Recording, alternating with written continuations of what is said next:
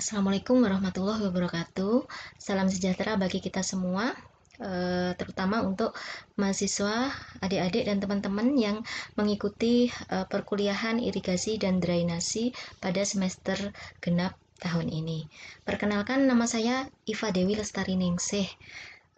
Saya berasal dari Laboratorium Fisika Tanah Fakultas Pertanian Universitas Brawijaya.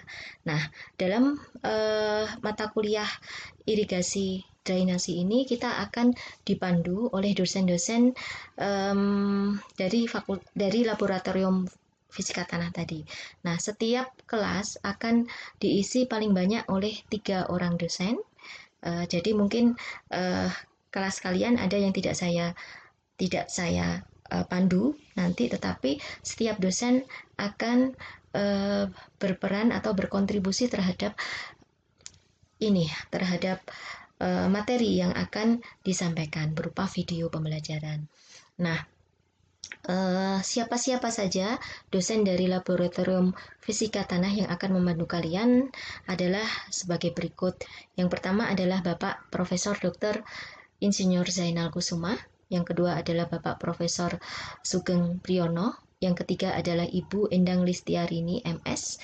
Yang keempat adalah Bapak Didik Suprayogo PhD. Yang kelima adalah saya sendiri, Iva Dewi Lestari Ningsih. Yang keenam adalah Bapak Dr. Kurniawan Sigit Wicaksono. Yang keenam ada Bapak Dani Dwi Saputra, SPM Link. Dan yang terakhir ada Ibu Istikanita, SPMP.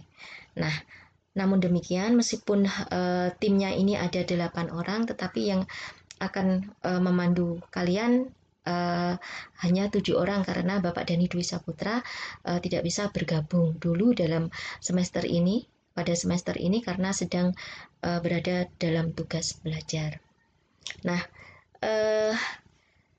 mata kuliah irigasi dan drainasi itu mempunyai capaian pembelajaran atau learning outcome yang harus dimiliki oleh kalian semua yang mengikuti pembelajaran atau mata kuliah ini. Nah, apa itu capaian pembelajaran untuk mata kuliah irigasi dan drainasi ini?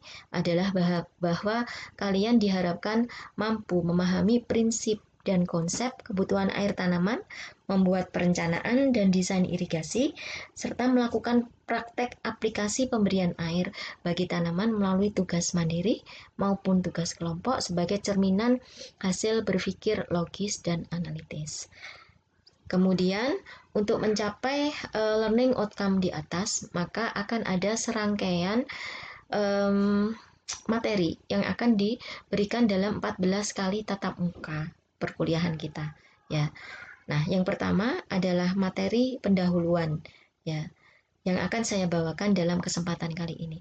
Nah, materi pendahuluan ini terdiri dari penjelasan tentang RPS yang sedang kita lakukan sekarang, kemudian definisi, fungsi, pentingnya irigasi, dan sejarah irigasi di Indonesia, kemudian posisi irigasi dalam daur hidrologi, kemudian irigasi sebagai satu sistem sosial budaya, sosial ekonomi, sistem ekologi, dan policy, kemudian perundang-undangan yang ada di Indonesia terkait dengan irigasi dan sumber daya air. Nah, itu adalah minggu pertama atau tatap muka pertama. Kemudian tatap muka yang kedua, kita akan belajar tentang hubungan tanah, air, dan tanaman. Kalau kita lihat judulnya, itu terdiri dari 3 komponen, tanah, ya, air, dan tanaman.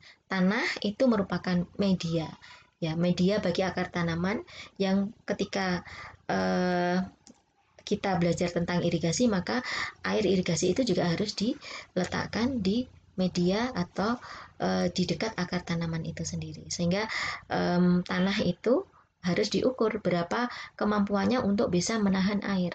Tanah yang satu dengan yang lain akan punya kemampuan yang berbeda. Ya, kita akan mempelajari tentang penahanan air oleh tanah. Sebenarnya ini sudah diberikan sekilas, ya, kalau nggak salah di mata kuliah dasar ilmu tanah, tetapi nanti akan lebih difahamkan atau lebih dimantapkan di perkuliahan kita kali ini. Kemudian yang kedua adalah air. Nah, air yang mengalir di dalam tanah, air yang tersimpan di dalam tanah. Air yang tersimpan di dalam tanah itu bisa bergerak. Nah, air di dalam tanah bergerak vertically disebut perkolasi, horizontally dia akan mengalir ke kanan dan ke kiri.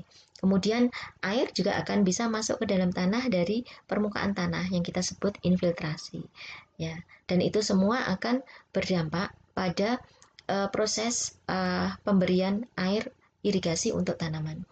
Kemudian di tatap muka kedua ini juga akan dibahas tentang kebutuhan air pada media tanaman. Jadi media tanamnya bisa berbeda.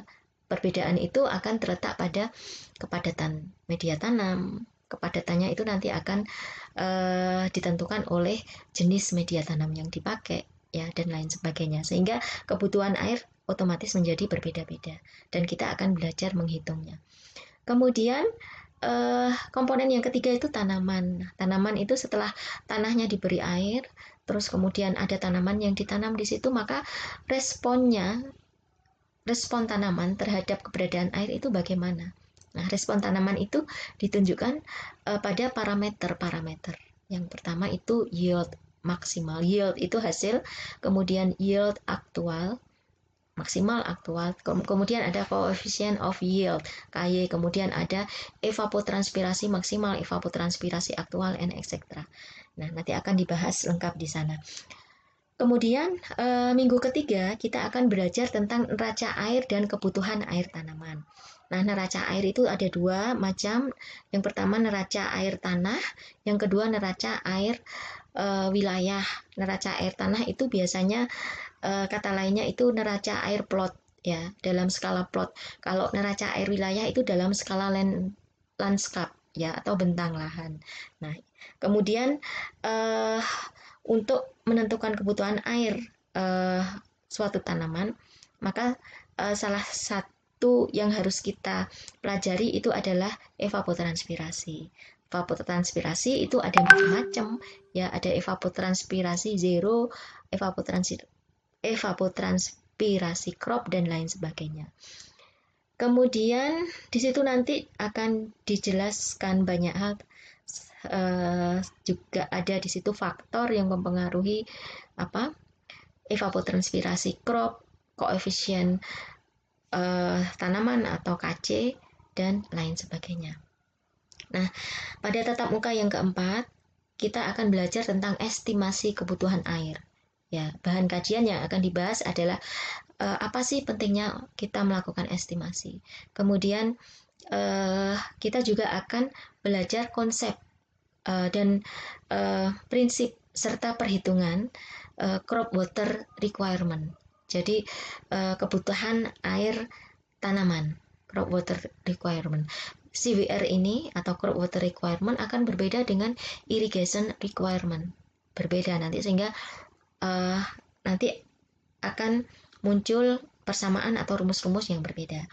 Kemudian juga kita akan belajar kebutuhan air irigasi bersih, kebutuhan air irigasi kotor, ya.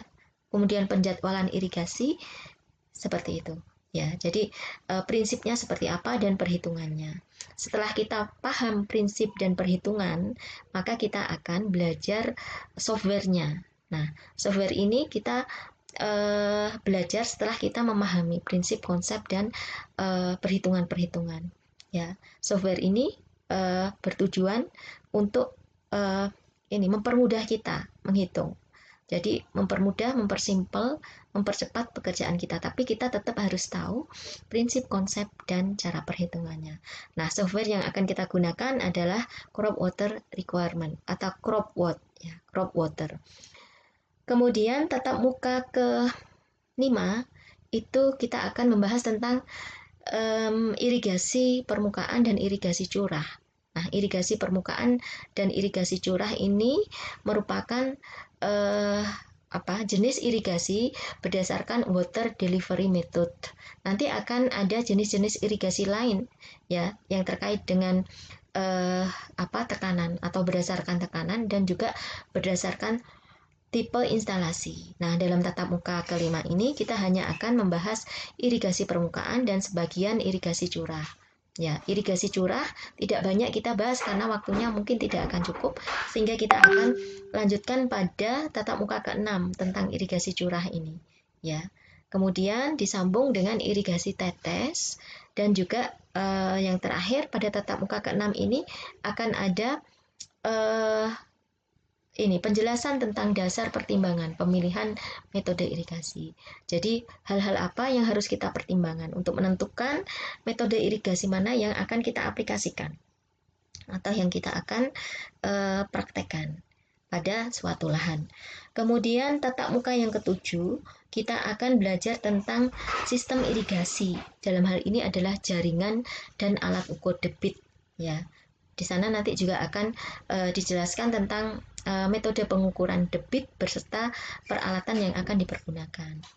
Nah, ini adalah 7 tatap muka pertama. Ya, biasanya setelah tatap muka nanti akan ada ujian tengah semester ya, tetapi kita lihat dulu ya apakah kita akan ada ujian atau tidak. Nanti akan diumumkan pada pertemuan-pertemuan selanjutnya. Kemudian tatap muka yang ke-8 itu adalah tentang audit irigasi. Nah, audit irigasi seperti namanya itu dia adalah audition itu adalah mengevaluasi isinya. Ya, jadi mengevaluasi suatu sistem irigasi. Yang dievaluasi apa? Yang dievaluasi tidak hanya komponen teknisnya, tetapi komponen sosial, budaya, kelembagaan dari suatu sistem irigasi. Ya, nah metode audit irigasi itu ada banyak, tetapi nanti yang akan kita pergunakan di sini adalah metode yang dikeluarkan oleh FAO, yaitu metode Rapid Appraisal Processes. Ya. Untuk tatap muka ke-9, kita akan belajar tentang pemilihan irigasi. Jadi menentukan itu tadi, irigasi yang akan kita pergunakan atau akan kita aplikasikan di lahan kita atau di lahan dengan kondisi tertentu. Ya, kemudian untuk memilih itu nanti ada metode perbandingan sistem, ya seperti itu, sehingga kemudian kita bisa menetapkan satu metode irigasi yang memang suitable dengan kondisi lahan kita. Nah, pada tatap muka ke-9 ini juga akan dibahas tentang kualitas air irigasi.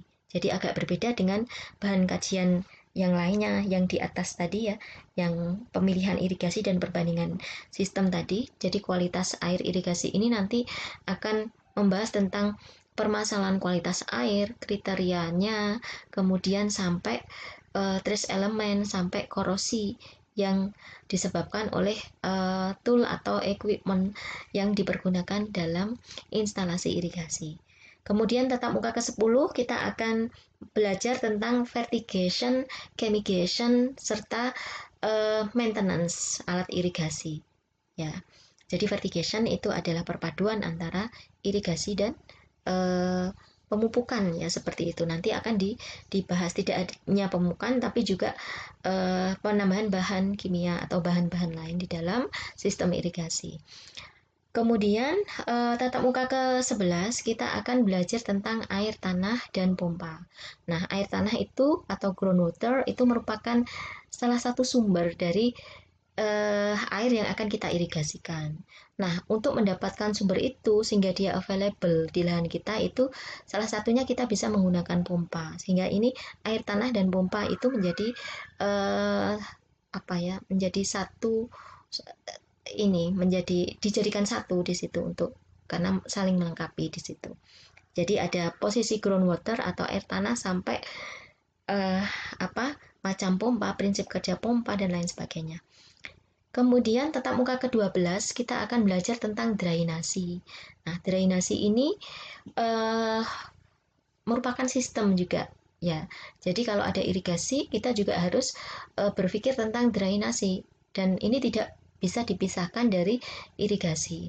Ya, drainasi ini penting karena ketika kita mengirigasikan air dan air itu berada dalam kondisi yang berlebihan, maka dia bisa berdampak buruk pada tanaman kita, sehingga dia harus cepat-cepat di-remove dari sistem lahan kita. Nah, proses atau sistem untuk meremove-nya itu disebut sebagai drainasi itu. Kemudian di tatap muka ke-13 kita akan belajar tentang alokasi air irigasi dan rencana tata tanam global.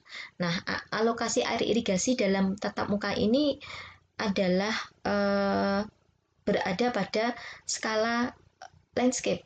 Nah, skala landscape itu biasanya kalau kita belajar jaringan irigasi itu biasanya dibatasi oleh suatu irrigation district ya, atau wilayah irigasi ya, seperti itu. Nanti untuk menentukan alokasi air irigasi itu kita harus mengetahui dulu RTTG-nya, rencana tata tanam global pada suatu irrigation district, baru kita memberikan alokasi air atau menghitung alokasi airnya. Jadi alokasi air di saluran-saluran, channel-channel itu nanti akan diberikan berapa debitnya, seperti itu ya. Kemudian tatap muka terakhir kita adalah tentang pendekatan finansial dan ekonomi untuk proyek atau program irigasi.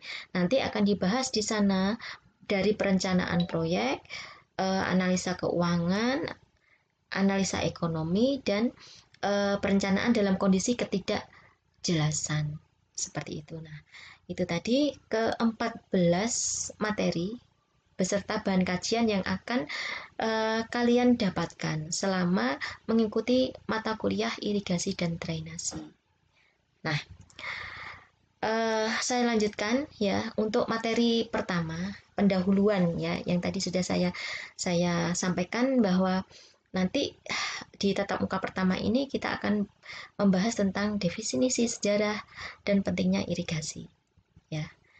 Nah, kalau mata kuliah irigasi drainasi punya capaian pembelajaran, maka di tatap muka pertama ini juga ada capaian pembelajarannya. Kita sebut sebagai sub capaian pembelajaran. Nah, apa sub capaian pembelajaran dalam tatap muka pertama ya? Sub capaian pembelajarannya itu adalah kalian diharapkan nanti setelah selesai mata kuliah ini dan mengikuti tutorial untuk tatap muka pertama, kalian diharapkan mampu memahami rangkaian materi dalam mata kuliah irigasi drainasi, mampu memahami definisi irigasi drainasi, memahami sejarah irigasi di Indonesia, arti penting irigasi, perundangan yang berlaku di Indonesia yang terkait dengan irigasi dan drainasi. Nah, ada 6 bahan kajian yang akan kita bahas. Yang pertama adalah definisi irigasi dan drainasi, yang kedua adalah irigasi dan daur hidrologi, yang ketiga fungsi dan pentingnya irigasi, yang keempat sejarah irigasi di Indonesia, yang kelima irigasi sebagai suatu sistem, yang keenam perundangan di Indonesia terkait irigasi. Kita menuju ke bahan kajian pertama, yaitu definisi irigasi dan drainasi. Nah, irigasi itu apa sih? Nah, ini irigasi yang definisi yang saya ambil dari berbagai sumber nih ya. Jadi merupakan aplikasi pemberian air secara artificial. Artificial itu adalah buatan manusia ya, ke daerah perakaran tanaman pada waktu dan jumlah yang tepat untuk pertumbuhan tanaman, pertanian secara optimum ya. Itu irigasi. Nah, selain istilah ini, ada istilah-istilah yang lain yang dibuat oleh beberapa ahli atau saintis ya. Contohnya, menurut Israelsen dan Hansen, irigasi adalah proses penambahan air untuk memenuhi kebutuhan lengas tanah bagi pertumbuhan tanaman. Ya. Kemudian Small and Svensson itu juga membuat definisi irigasi adalah tindakan intervensi manusia untuk mengubah agihan air dari sumbernya menurut ruang dan waktu serta mengelola sebagian atau seluruh jumlah tersebut untuk menaikkan produksi tanaman. Ya. Kemudian Ini menurut perundangan yang ada di Indonesia, menurut PP nomor 77 tahun 2001, irigasi itu adalah usaha penyediaan dan pengaturan air untuk menunjang pertanian yang jenisnya meliputi irigasi air permukaan, irigasi air bawah tanah, irigasi pompa dan irigasi rawa. Ya.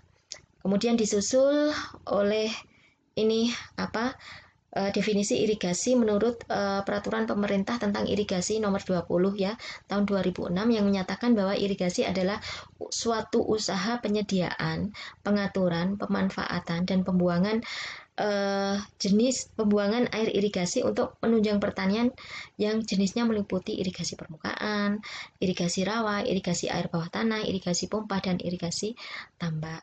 Nah, seperti itu. Nah, dari sekian definisi itu tadi, satu hal yang bisa kita garis bawahi yang sama adalah bahwa keseluruhan itu tujuannya adalah untuk untuk menunjang pertanian, ya. Jadi untuk menunjang hasil pertanian, menunjang pertumbuhan tanaman, menaikkan produksi tanaman, seperti itu.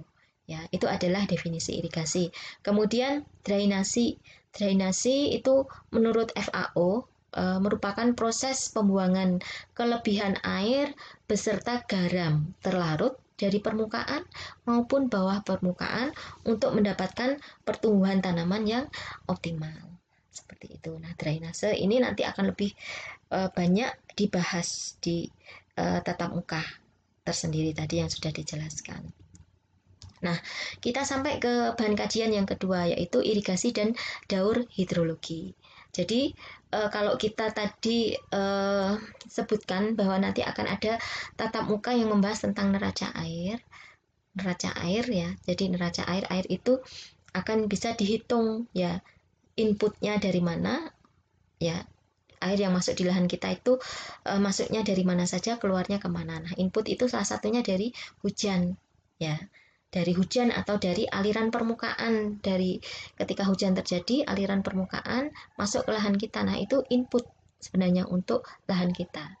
Nah, hujan itu merupakan salah satu komponen hidrologi. Nah, kalau kita ingat komponen hidrologi atau eh, daur hidrologi itu ada banyak ya. Yang pertama mungkin kondensasi atau evaporasi dulu.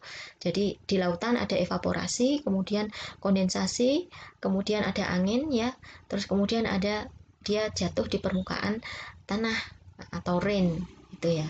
Kemudian ada run off, tadi ya sudah dijelaskan run off. Kalau hujannya di negara kita tropis itu ya hujannya air itu ya, tapi kalau di negara 4 musim bisa air bisa snow ya, seperti itu. Nah, air hujan yang turun di atas permukaan tanah ini menjadi input ya bagi irigasi. Nah, irigasi yang kita tandai di situ adalah irrigated area itu ya. Di situ nanti merupakan lokasi di mana irigasi itu terkait dengan siklus hidrologi ya, terkait dengan siklus hidrologi. Jadi praktek irigasi, pengelolaan irigasi itu nanti akan mempengaruhi siklus hidrologi.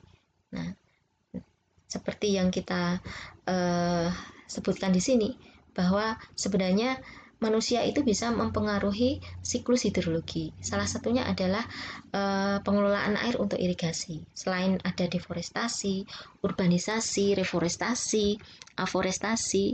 Nah, pertanian itu adalah ya pertanian, misalkan pola tanamnya, ya jenis tanamannya, pengelolaannya itu nanti akan mempengaruhi penyerapan air hujan tadi.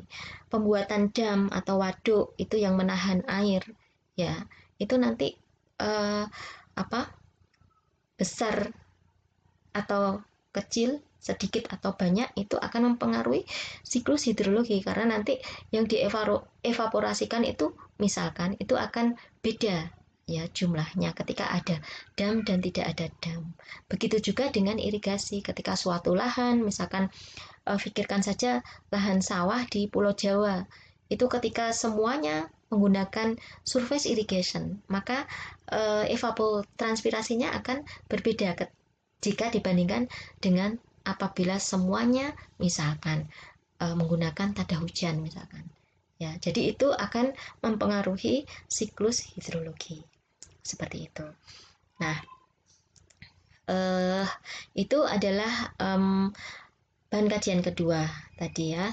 Nah, kita sampai ke bahan kajian yang ketiga, fungsi dan pentingnya irigasi.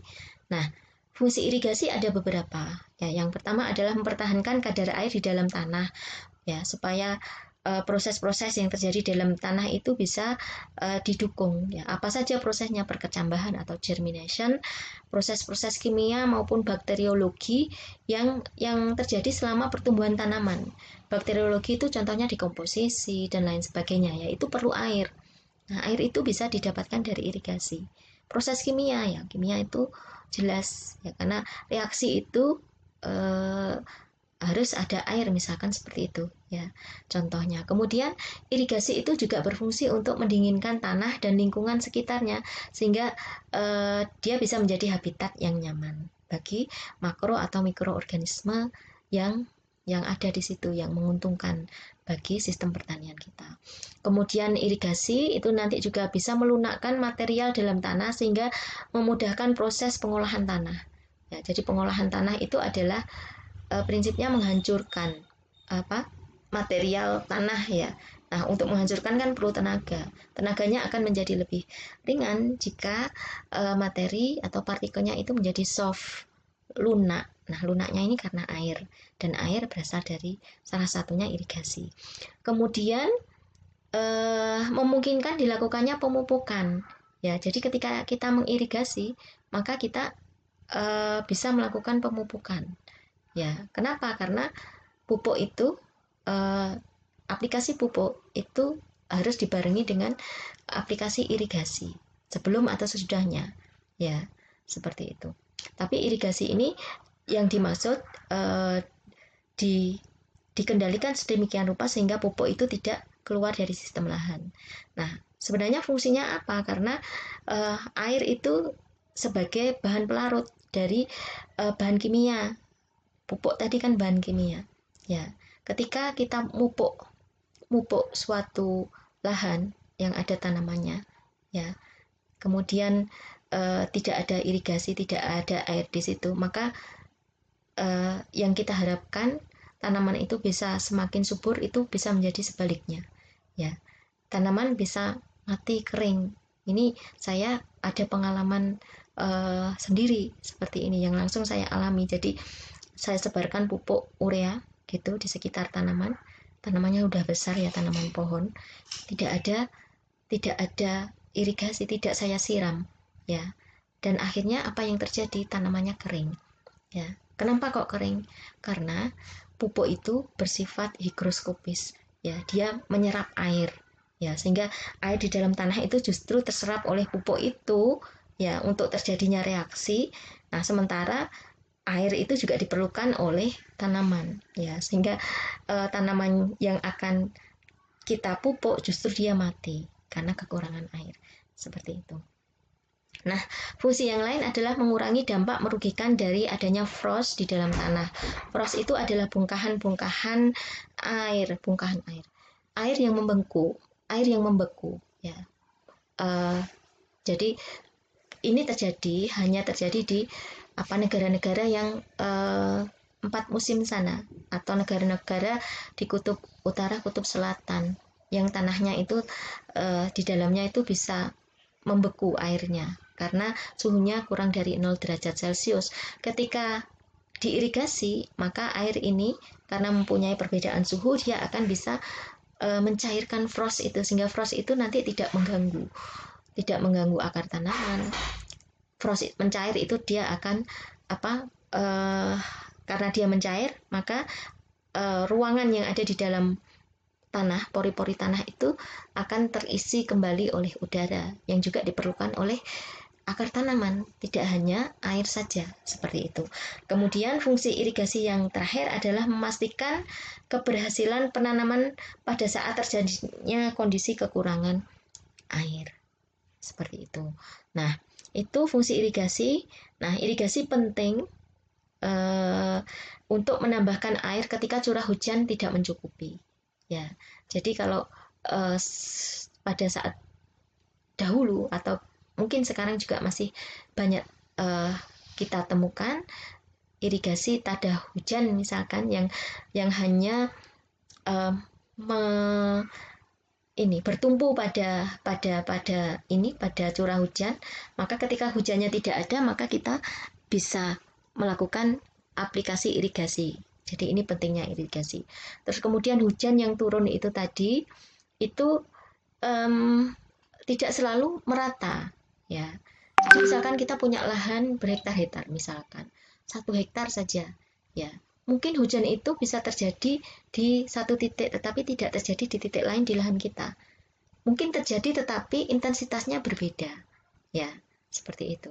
Contohnya misalkan kita di kampus, ya, di kampus kita pertanian hujan deras, ya, terus kemudian ternyata di kampus sana di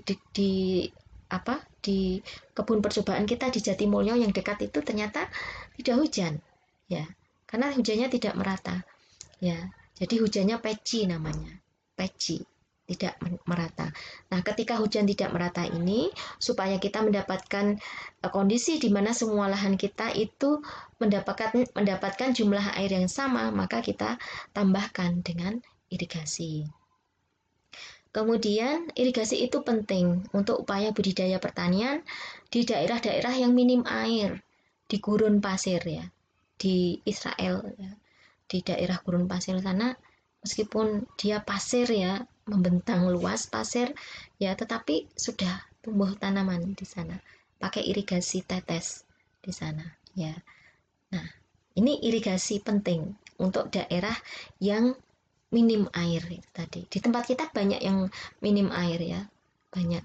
Ada beberapa daerah yang termasuk dalam wilayah yang kering, ya, misalkan di Nusa Tenggara Timur, di Gunung Kidul, bahkan di Malang pun juga ada yang tidak tercukupi airnya, minim air. Itu pentingnya irigasi, dan kemudian pentingnya irigasi yang lain adalah menjaga daerah perakaran itu cukup air, selalu cukup air selama fase pertumbuhan tanaman sampai dia panen. Nah, itu adalah pentingnya irigasi.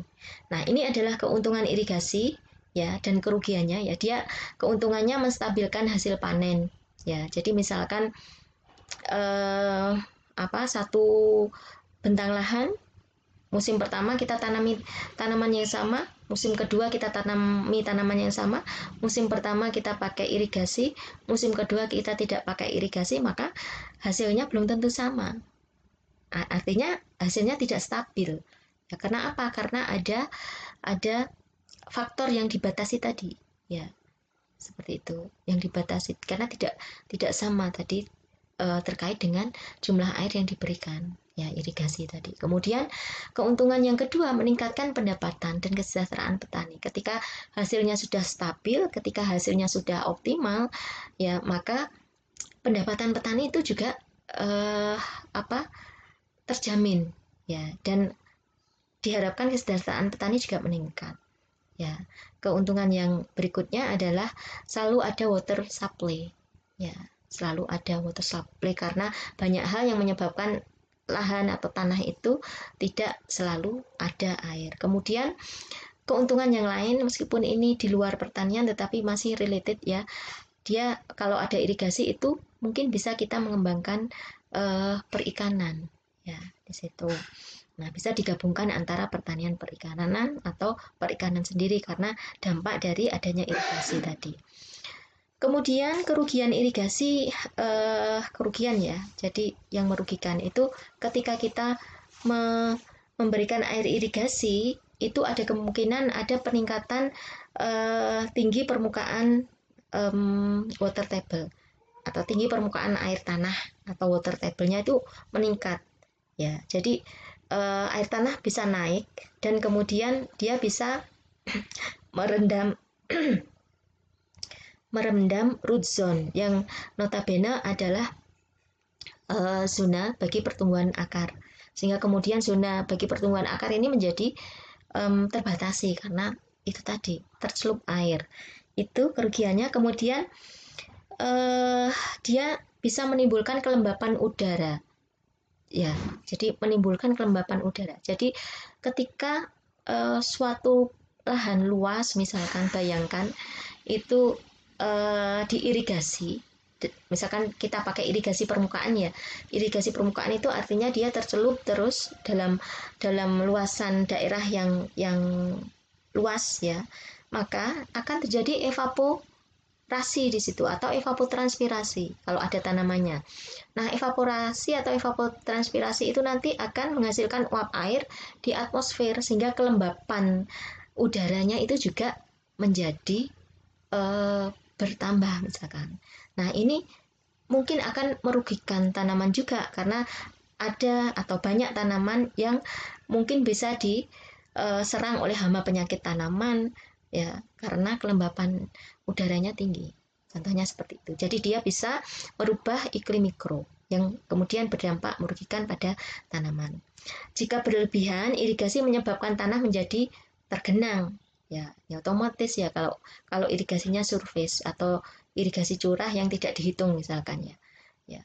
Jadi irigasi surface ini menimbulkan genangan ya yang kemudian akan terlihat sebagai genangan itu seperti rawa ya. Seperti rawa-rawa itu. Ini kerugian irigasi ya. Itu. Nah, itu adalah bahan kajian ketiga ya. Kita beranjak ke bahan kajian keempat yaitu sejarah irigasi di Indonesia. Nah, yang pertama adalah evolusi irigasi di Indonesia. Nah, irigasi di Indonesia sistemnya itu sudah ada lebih dari 2000 tahun yang lalu dengan ditemukannya banyak prasasti, banyak peninggalan-peninggalan bersejarah yang mengindikasikan adanya kegiatan irigasi. Kemudian irigasi modern di Indonesia mulai ada pada pertengahan abad ke-19 ya, pada saat kita berada dalam masa kolonial Belanda dulu. Nah, di Pulau Jawa pada tahun 1880, sistem irigasi dalam skala kecil telah dikembangkan oleh masyarakat yang mengcover lahan seluas 1,1 juta hektar pada tahun 880. Nah, pertumbuhan sistem irigasi antara tahun 880 sampai 1915 ini adalah sebesar 1,21% yang mencakup luas lahan 1,6 juta hektar ya seperti itu. Nah, pemerintahan Belanda pada saat itu membangun sistem irigasi terbesar pertama di Indonesia itu di Sidoarjo, di kota Sidoarjo, di suatu delta ya. Delta itu di dekat pantai ya, seluas 34.000 hektar dengan menggunakan sumber aliran air dari Sungai Brantas. Ya. Kemudian teknologi irigasi dan drainase yang lengkap juga dikembangkan oleh pemerintahan Belanda di Demak, Jawa Tengah dengan luas lahan hampir sama tadi ya dengan di Sidoarjo tadi, yang ini adalah 33.800 hektar pada tahun 1880-an. Nah, pada tahun 1885 dibentuk The Burgerlijk Openbaarwerken ya, bahasa Belanda saya nggak tahu ya, itu yang sekarang ini namanya menjadi Departemen Pekerjaan Umum ya, atau DPU ya, Departemen Pekerjaan Umum yang bertugas untuk mengembangkan sistem irigasi. Nah, kemudian menyusul tahun 1905 di Bogor itu dibentuk Departemen Van Landbouw yang sekarang menjadi Departemen Pertanian. Yang keduanya, baik Departemen Pekerjaan Umum maupun Departemen Pertanian itu closely related dengan sistem irigasi itu tadi. Seperti itu. Nah, ini adalah irigasi dan pembangunan di Indonesia ya, yang ada di Indonesia. Jadi kalau kita bicara tentang pembangunan di Indonesia, maka pembangunan di Indonesia itu dapat dikelompokkan menjadi pembangunan jangka panjang, pembangunan jangka menengah, pembangunan jangka pendek. Nah, pembangunan jangka panjang itu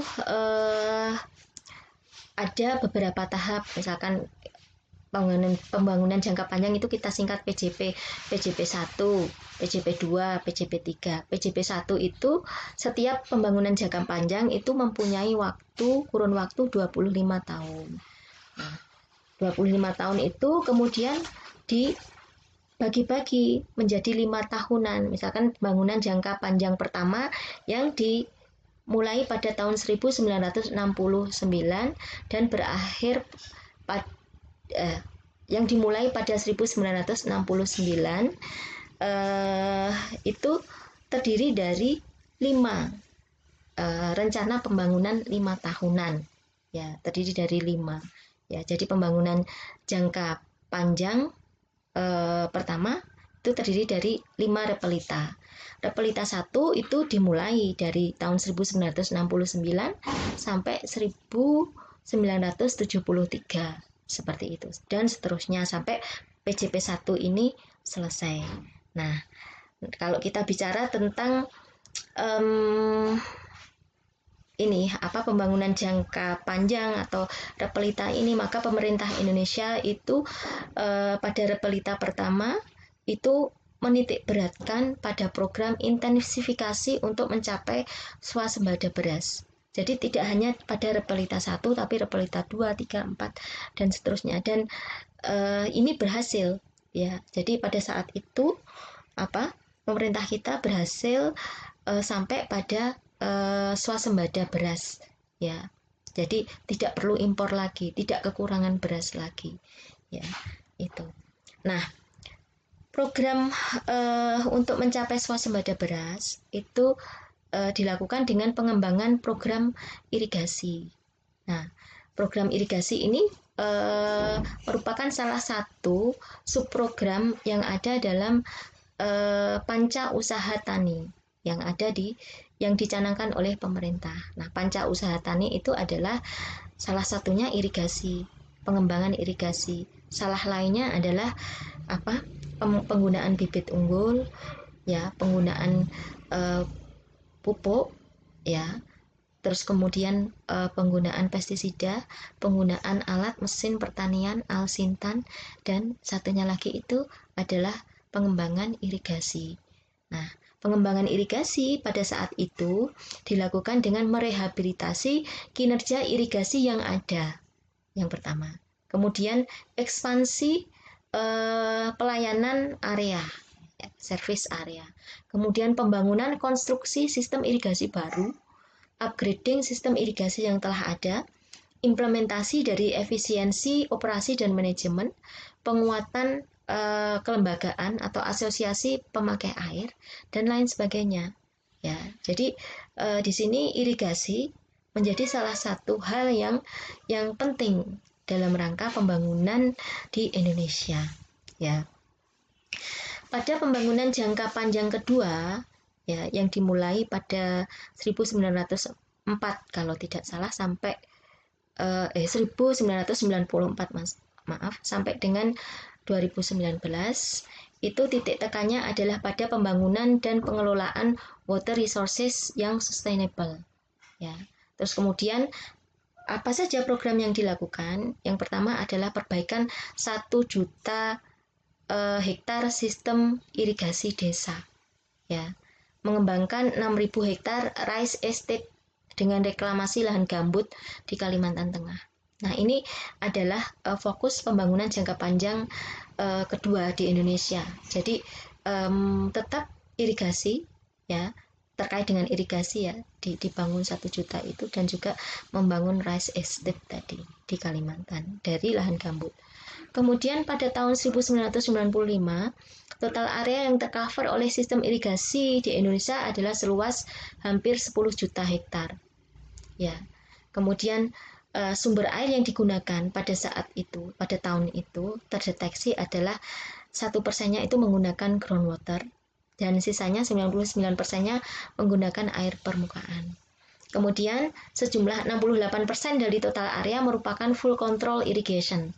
Full control itu artinya dia merupakan irigasi teknis, semi teknis maupun irigasi sederhana. Ya, full control artinya dengan sistem irigasi yang teknis, semi teknis dan simple itu petani itu bisa mengkontrol berapa jumlah air yang masuk di dalam lahannya. Ya, itu sebanyak 68% dari total area tadi ya. Sisanya itu merupakan irigasi tanpa perlengkapan alat sarana irigasi. Ya, seperti itu. Nah, kita sampai di bahan kajian kelima, yaitu irigasi sebagai suatu sistem. Ya, jadi irigasi sebagai suatu sistem itu artinya bahwa sistem irigasi yang ada pada saat ini atau mungkin yang akan ada, yang akan muncul itu sangat dipengaruhi oleh beberapa komponen. Ya, komponen yang pertama adalah sosial budaya, sosial ekonomi, komponen ekologi, komponen fisik, dan komponen kebijakan. Perubahan pada satu komponen ini akan berdampak pada perubahan komponen yang lain. Misalkan perubahan kebijakan atau policy nanti akan berdampak pada kondisi sosial cultural, ya, pada kondisi teknologinya, pada sistem jaringannya dan lain sebagainya, seperti itu. Nah, komponen-komponen itu sangat berdampak pada sistem irigasi. Misalkan komponen atau aspek sosial cultural atau sosial budaya tadi. Nah, aspek ini sangat menentukan karakteristik dan sifat dari sistem jaringan. Ya, jadi budaya ini ya sangat menentukan karakteristik ini, dan sebagian besar aspek sosial budaya dan sosial ekonomi itu merupakan aspek yang diremehkan untuk dipertimbangkan dalam pembangunan sistem irigasi, padahal ini merupakan aspek yang penting ya. Nah, contoh aspek sosial budaya yang tercermin dalam sistem irigasi yang ada di negara kita itu adalah, contohnya ya, yang pertama adalah irigasi subak di Bali. Nah, irigasi subak yang ada di Bali itu hak dan kewajiban masing-masing anggotanya itu tidak hanya ditetapkan oleh kebutuhan air lahannya saja, tetapi juga oleh keyakinan masing-masing anggota atau unsur religi dari masing-masing anggota irigasi subak itu. Ya, seperti itu. Budaya, contoh budaya yang lainnya yang kemudian berdampak pada sistem irigasi itu misalkan di Gunung Kidul. Di Gunung Kidul itu dari zaman dahulu kala, karena Gunung Kidul itu merupakan daerah yang kering, maka turun-menurun mereka menggunakan sistem irigasi dengan tada hujan.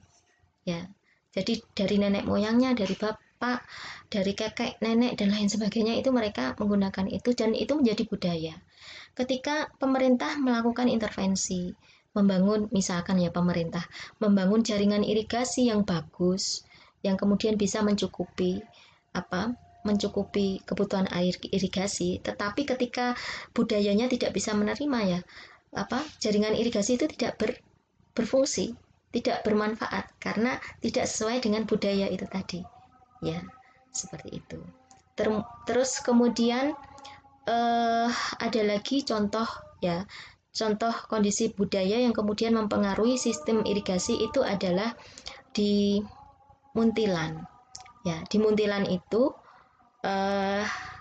masyarakat petaninya di sana itu tidak menggunakan komponen batu di sungai itu ya untuk membangun saluran irigasinya, karena batu di sungai itu dianggap mereka merupakan unsur yang merupakan unsur yang bernilai tinggi ya. Batu harga jualnya tinggi, apalagi di daerah-daerah sana kan banyak candi dan lain sebagainya ya. Jadi mereka lebih menghargai itu, sehingga apa yang dipakai untuk sistem irigasi di sana itu mereka lebih memakai bahan-bahan dari plastik seperti itu daripada dari batu. Nah, ini contoh budaya ya, seperti itu. Nah, jadi sosial budaya sangat mempengaruhi sistem irigasi. Kemudian aspek sosial ekonomi. Nah, ini tidak kalah pentingnya dengan sosial budaya tadi ya. Jadi sistem irigasi yang dibangun tidak selalu dapat dimanfaatkan oleh petani karena keterbatasan modal. Ini contoh ya. Jadi contohnya sekali lagi ada di Gunung Kidul, karena faktor ekonomi, mereka hanya bisa menyediakan modal untuk menanam palawija misalkan, yang faktor produksinya lebih kecil dibandingkan menanam tanaman lain. Nah, padahal di situ sudah dibangunkan saluran irigasi, jaringan irigasi yang bisa mensupport itu. Tetapi ketika mereka hanya bisa menanam palawija, maka ya saluran irigasi tadi sebenarnya tidak bermanfaat. Ya, tidak bisa dimanfaatkan dengan optimal. Seperti itu ya. Ini contoh aspek sosial ekonomi yang berdampak pada sistem irigasi. Kemudian aspek non-human atau teknologi, itu aspek non-human itu ekologi ya. Ya, ini merupakan aspek yang di luar jangkauan atau kendali manusia. Contohnya adalah kondisi topografi, kondisi land system, kondisi tanah, dan lain sebagainya. Ya, misalkan itu contohnya di daerah berkapur, ya, di daerah Kars, di banyak ya, daerah Kars, Gunung Kidul itu juga daerah Kars, di Tuban, di sekitar Gunung Lawu itu juga daerah Kars. Ya, ketika daerah tersebut adalah daerah Kars, maka sumber airnya itu berbeda dengan kalau tidak daerah Kars. Daerah yang berkapur itu sumber airnya ada di dalam tanah. Sungai-sungainya mengalir di dalam tanah. Maka ketika sungainya mengalir di dalam tanah, proses delivery untuk air itu, proses pengadaan untuk air itu menjadi berbeda. Ya, sehingga kemudian mungkin bisa menghasilkan bisa ini modalnya bisa menjadi semakin tinggi, ya, investasinya menjadi lebih besar seperti itu, dan ini mempengaruhi sehingga daerah-daerah yang seperti ini ya akhirnya menerapkan sistem irigasi yang sederhana, ya, karena keterbatasan itu tadi. Ya, ini adalah irigasi sebagai suatu sistem. Nah, kita tiba di bahan kajian yang keenam, yaitu perundangan di Indonesia terkait dengan irigasi. Nah, kalau kita berbicara irigasi, maka irigasi itu terkait dengan water resources ya. Nah, basic rule untuk perundangan di bidang irigasi dan sumber daya air itu adalah ada di pasal 33 Undang-Undang Dasar 1945 yang bunyinya itu kurang lebih adalah bumi, air, dan tanah ya, dan kekayaan yang ada di dalamnya dikuasai oleh negara dan dipergunakan untuk sebesar-besarnya kemakmuran rakyat, ya, seperti itu. Jadi pemerintah di situ mengelola dan itu dikelola untuk kemakmuran rakyat. Nah, pasal ini kemudian operasionalnya diterjemahkan dalam Undang-Undang Nomor 7 Tahun 2004. Ya, Undang-Undang Nomor 7 Tahun 2004 ini kemudian disebarluaskan atau yang mengaplikasikan itu 2 departemen ya di Indonesia. Yang pertama adalah DPU tadi, Departemen Pekerjaan Umum. Kalau ini tentang air ya DPU Pengairan. Nah, DPU Pengairan itu dia bertugas untuk melakukan planning, terus kemudian pelaksanaan, monitoring, pengaturan delivery dan lain sebagainya terkait dengan irigasi dan sumber daya air. Ya, terus kemudian yang kedua, institusi yang terkait dengan perundangan ini adalah Departemen ESDM, Energi dan Sumber Daya Mineral. Nah, kalau Departemen ESDM ini dia berfokus pada groundwater atau air tanah dan juga spring atau mata air panas. Ya, mata air yang panas itu karena dia ada mineralnya kan. Jadi dia masuk dalam ranah si ESDM itu tadi. Ya, itu. Nah, selain itu ada beberapa strategi kebijakan pengelolaan sumber daya air yang ada di Indonesia. Jadi strategi dan kebijakan itu mengcover hal-hal seperti ini. Yang pertama, dia harus dilakukan untuk mengkonservasi sumber daya air. Yang pertama, yang kedua, optimalisasi sumber daya air. Yang ketiga, mengendalikan potensi kerusakan sumber daya air. Yang keempat, pemberdayaan dan peningkatan kapasitas masyarakat sektor swasta dan pemerintah. Yang kelima, meningkatkan transparansi dan ketersediaan data dan informasi tentang pengelolaan sumber daya air. Ini adalah strategi kebijakan untuk pengelolaan sumber daya air di Indonesia. Nah, ini adalah produk-produk hukum dan peraturan terkait dengan pengelolaan sumber daya air.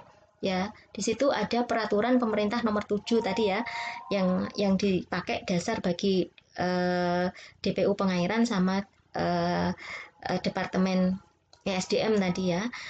Kemudian ada peraturan pemerintah nomor 77 tahun 2001 tentang irigasi, ada peraturan pemerintah nomor 82 tahun 2001 tentang pengelolaan kualitas air dan pengendalian polusi, ada instruksi presiden nomor 3 tahun 99 tentang reformasi kebijakan pengelolaan irigasi, ada keputusan Presiden nomor 9 tahun 99 tentang pembentukan tim koordinasi penggunaan air sungai dan pengembangan kebijakan, serta ada keputusan Presiden nomor 123 tahun 2001 tentang tim koordinasi pengelolaan sumber daya air yang kemudian diperbarui pada tahun 2002 si Kepres ini. Ya, dan lain sebagainya banyak lagi. Nah, ini yang lama ya, yang baru-baru masih banyak lagi. Kita bisa nanti mengeksplor itu. Tapi sebagian besar yang menjadi pijakan pada akhir-akhir masa atau pada waktu sekarang ini adalah peraturan, Kepres dan Inpres yang ada tercantum di sini. Nah, demikian tadi seluruh rangkaian bahan kajian yang ada pada tatap muka kita pertama ini. Saya sampaikan terima kasih. Sampai ketemu pada pertemuan atau tatap muka selanjutnya. Selamat belajar. Wassalamualaikum warahmatullahi wabarakatuh.